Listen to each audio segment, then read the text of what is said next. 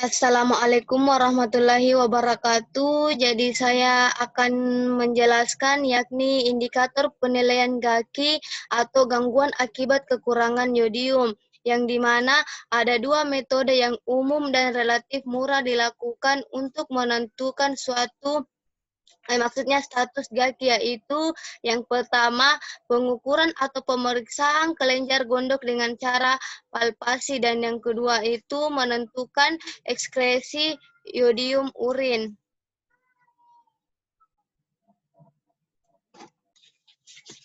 Maksudnya di sini indikator penilaian itu untuk menentukan status gangguan akibat kekurangan yodium, yang dimana penilaian ini menggunakan metode pengukuran atau pemeriksaan kelenjar gondok dengan cara palpasi, dan yang kedua itu menggunakan metode untuk menetapkan ekskresi yodium urin. Yang pertama yaitu pengukuran atau pemeriksaan kelenjar gondok dengan cara palpasi, yang dimana cara sederhana dalam menentukan tiroid. Untuk cara sederhana ya dalam menentukan ukuran tiroid ialah melakukan inspeksi, pengamatan, dan palpasi. Palpasi maksudnya di sini ya salah tulis ya, yang dimana kita hanya menggunakan palpasi dengan cara palpasi. Palpasi dapat dilaksanakan pada kelompok penduduk tertentu, yakni kelompok anak sekolah dasar, wanita usia subur, dan ibu hamil, di mana pengukuran kelenjar tiroid merupakan cara lain yang dapat digunakan untuk mengetahui konsumsi yodium sehari-hari dan berlangsung lama. Karena pembesaran kelenjar tiroid merupakan salah satu tanda dini dan defisiensi atau kekurangan yodium dan mudah dilihat. Maksud dari pengukuran kelenjar tiroid merupakan cara lain yang dapat digunakan untuk mengetahui konsumsi yodium sehari-hari ya. Maksud dari ini, kita harus mengetahui atau mendeteksi apa yang dimakan dalam sehari-hari itu, apakah itu mengandung yodium atau tidak. Maka dari itulah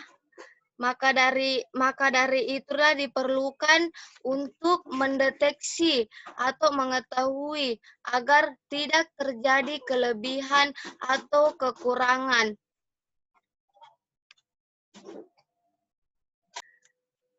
Tetapi pada saat identifikasi ini dia membutuhkan waktu yang lama, dan karena adanya kekurangan tiroid, maksudnya di sini karena adanya kekurangan tiroid ini maka akan mengakibatkan pembesaran kelenjar.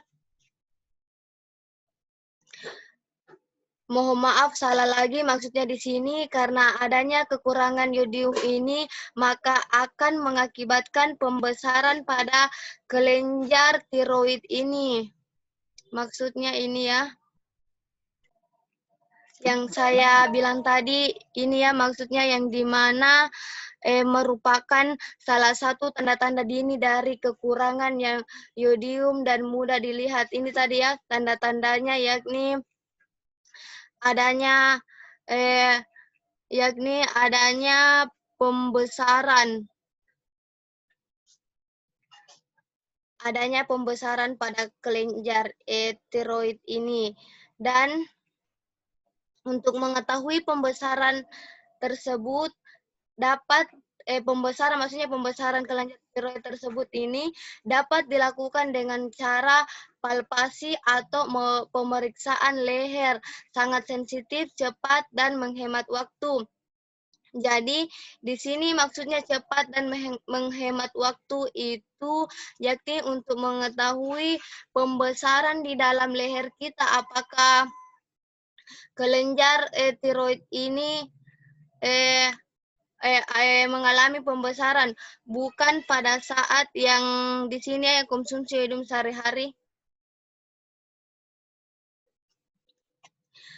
Dan kebanyakan penelitian palpasi ini, maksudnya palpasi ya, di sini difokuskan pada anak sekolah usia 6 sampai 12 tahun karena merupakan kelompok yang mudah dijangkau, dan beberapa studi telah memfokuskan ada juga ya beberapa studi itu memfokuskan pada usia 9 sampai 12 tahun, dan pengukuran dengan palpasi telah menjadi standar untuk mengukur gondok. Ya, yang kedua itu yakni ekskresi yodium urin, yang dimana asupan yodium ini berasal dari makanan 97% yang melalui diekskresikan melalui urin dalam 24 jam. Dan berdasarkan pertimbangan pemeriksaan, kadar ekskresi yodium urin ini digunakan untuk mengukur asupan yodium. Ekskresi yodium urin ini merupakan indikator yang paling dini untuk mengetahui terjadinya defisiensi atau kekurangan yodium, dan paling sensitif menggambarkan kecukupan yodium pada pola konsumsi makanan sehari-hari. Jadi ekskresi yodium urin ini dan yang pertama ini sama-sama ya untuk mengetahui di dalam tubuh, untuk mengetahui apakah kita dalam sehari-hari yang dimakan itu mengandung yodium atau tidak. Yang dimana ekskresi yodium urin ini diukur dengan menggunakan amonium bisulfat degustation method. Sekian, Assalamualaikum warahmatullahi wabarakatuh.